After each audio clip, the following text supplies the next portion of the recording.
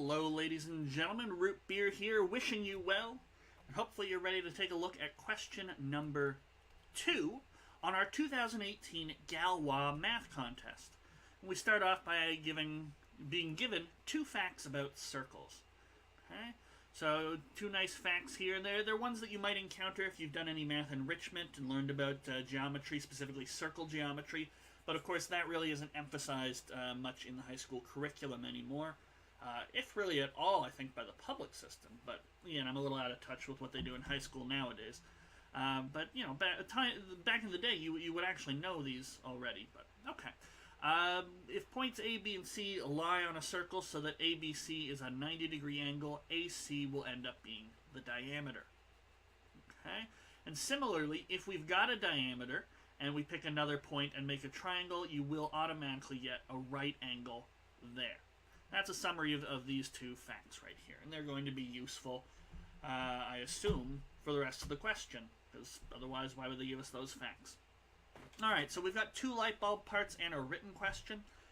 In figure 1, so specifically this one where AC is the diameter of the circle and B is a right angle, AB is equal to 8 and BC is 15. What is the length of the diameter AC? Well, we've got a right angle, so just use the Pythagorean theorem, I guess.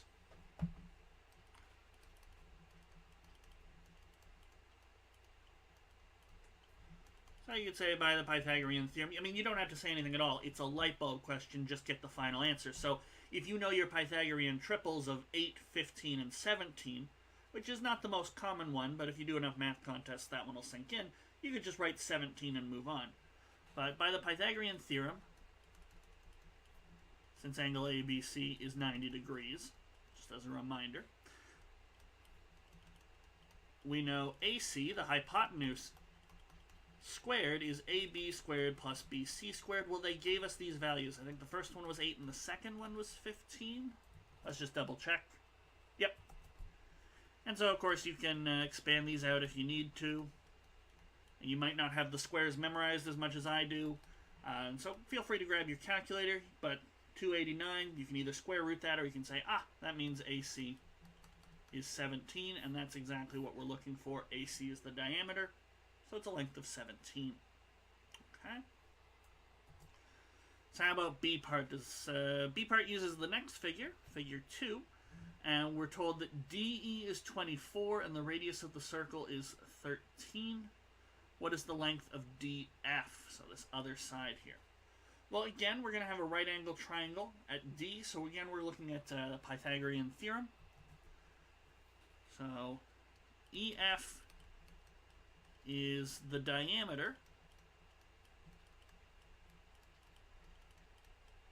of the circle,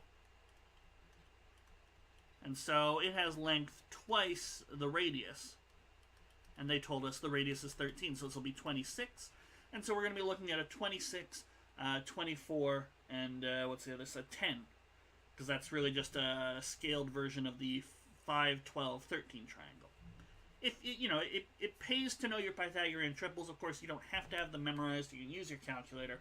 But especially for these light bulb questions, if you're able to recognize, 8, 15, 17, or it's 5, 12, 13, but multiplied by 2, so it's a 10, 24, 26 triangle, these are great things that can save you time. Okay, that's why it's worth it to practice these contests, see which Pythagorean triples come up a whole lot, see what common angles of triangles come up a whole lot. This is the value that you can get when it comes to practicing, is I don't actually need to grab my calculator at all for this, well, at least so far in this question. Okay, I'm just recognizing Pythagorean triples because I've done this so often. Okay, but back to the question, what would we write down? So again, by Pythagoras,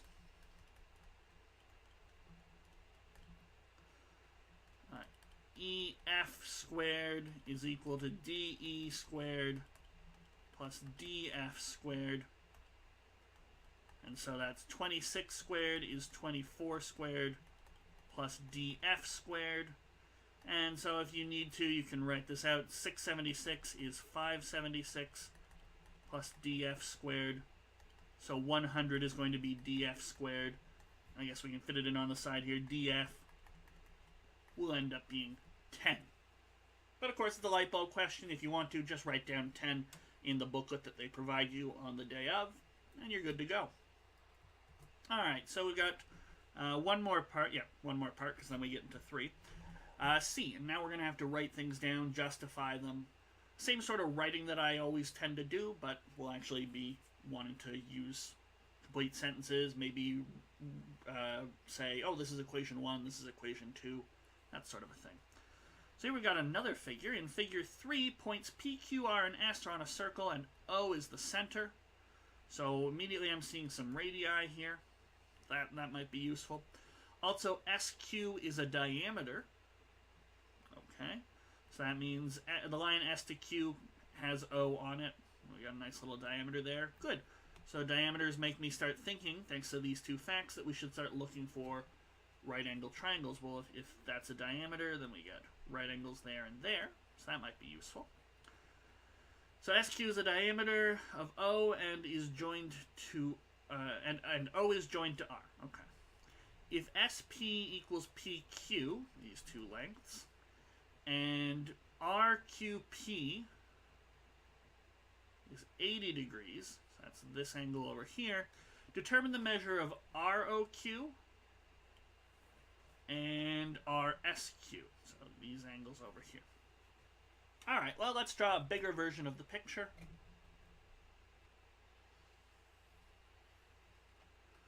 You know, if you're a regular viewer, you know I have trouble drawing a circle freehand the first time, but I'd say that circle went pretty well. Hopefully I won't have to draw several more pictures, because I don't think they'll live up to this this particular circle that I managed to draw here. Alright, so we get some right angles. Some right angles. Now we should justify that, so we should say things like, since I know it was P here, it's R here, it's O here. And is it? I think it's S here and Q here, but let's just double check. Yes. So since SQ is a diameter,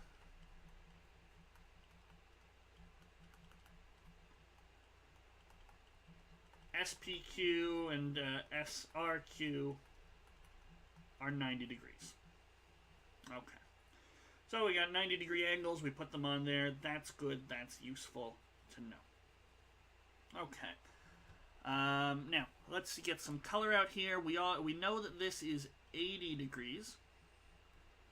We also are told that these lengths are the same. So already I'm looking at an isosceles right-angle triangle. We'll deal with that in a moment.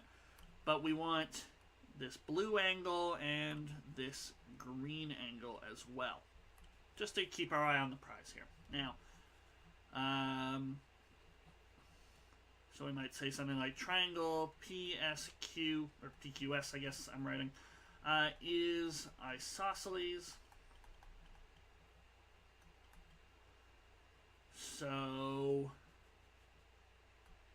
angle PSQ is equal to angle PQS, and you can write down it's 45. The diagram's clear. You can even write them down on the diagram, but you don't have to show that little bit of a calculation. It's probably worth a mark to point out that these are 45, less of a mark to actually show me the calculation of 180 divided, or subtract by the 90, divide by 2 to get these angles. Wouldn't worry about it. So this means angle OQR is 80 degrees minus 45 degrees, so that'll be 35 degrees. Okay, so I've got 35 degrees down here. What does that give me? Well, I can get this angle over here. So angle RSQ is 180 minus angle SRQ minus angle SQR, which is 180 minus this 90 degrees minus the 35 degrees that we just found. So that's 90 degrees minus 35 degrees, so that'll be 55 degrees. So we've got 55 degrees over here. we're filling in as many angles as we can, zooming in on our green and blue angles. Now, the last piece of the puzzle, which I wrote down on the booklet, but now I need to write down here, is OS equals OR equals OQ, as these are radii. So this tells me that this angle and this angle here are both 55, so we could say something like SRO is also 55 degrees, and QRO is also 35 degrees. Okay.